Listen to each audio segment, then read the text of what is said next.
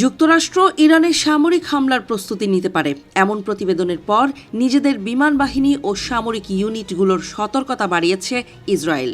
Israeli গণমাধ্যমগুলোর বরাতে জানা গেছে, সম্ভাব্য যে কোনো পরিস্থিতি মোকাবেলায় দেশটির সামরিক বাহিনী সর্বোচ্চ প্রস্তুতিতে রয়েছে।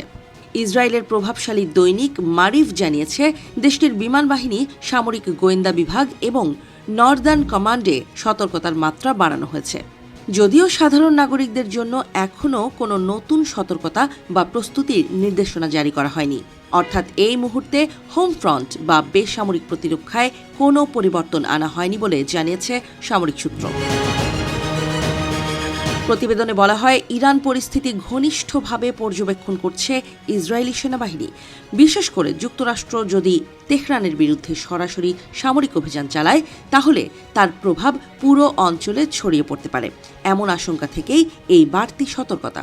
মারিভ আরও জানায়, সম্ভাব্য হামলার বিষয়টি নিয়ে যুক্তরাষ্ট্রের সেন্ট্রাল কমান্ডের সঙ্গে ঘনিষ্ঠ সমন্বয় বজায় রাখছে ইসরায়েলের সামরিক বাহিনী। ইরানে টানা কয়েক সপ্তাহ ধরে সরকার বিরোধী বিক্ষোভ চলছে। গত মাসের শেষ দিক থেকে শুরু হওয়া এই বিক্ষোভে ইরানের বিভিন্ন শহরে সহিংসতা ছড়িয়ে পড়ে। ইরানের সরকার অভিযোগ করেছে, এই বিক্ষোভ ও অস্থিরতার পেছনে যুক্তরাষ্ট্র ও ইসরায়েলের মদদ রয়েছে। তেহরানের ভাষ্য অনুযায়ী এসব আন্দোলন আসলে দাঙ্গা ও সন্ত্রাসী কর্মকাণ্ডের অংশ।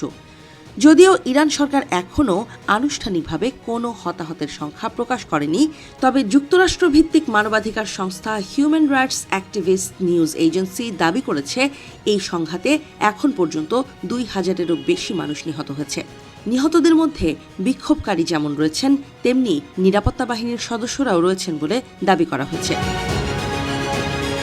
এদিকে যুক্তরাষ্ট্রের বিরুদ্ধে গুরুতর অভিযোগ তুলেছে ইরান।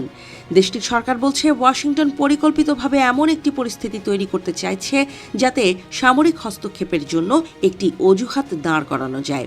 জাতিসংঘে ইরানের স্থায়ী মিশন সামাজিক যোগাযোগ মাধ্যম এক্সে দেয়া এক বিবৃতিতে জানিয়েছে, যুক্তরাষ্ট্রের ইরান নীতি মূলত রেজিম পরিবর্তনের ওপর ভিত্তি করে গড়ে উঠেছে।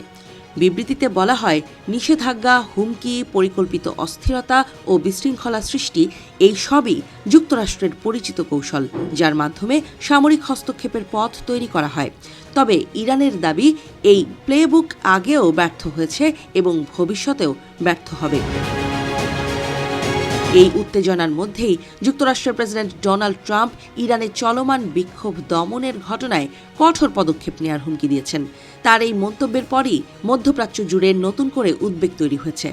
বিশেষজ্ঞরা বলছেন, যুক্তরাষ্ট্র যদি ইরানের বিরুদ্ধে কোনো সামরিক পদক্ষেপ নেয়, তাহলে তার প্রভাব শুধু দুই দেশের মধ্যেই সীমাবদ্ধ থাকবে না। ইসরায়েল, লেবানন, সিরিয়া এবং উপসাগরীয় অঞ্চল সহ পুরো মধ্যপ্রাচ্য আরও অস্থিতিশীল হয়ে উঠতে পারে। ইরানকে কেন্দ্র করে যুক্তরাষ্ট্র ও ইসরায়েলের সামরিক তৎপরতা এবং পাল্টা অভিযোগ, পাল্টা হুমকিতে আন্তর্জাতিক অঙ্গনে নতুন করে যুদ্ধের আশঙ্কা দেখা দিয়েছে।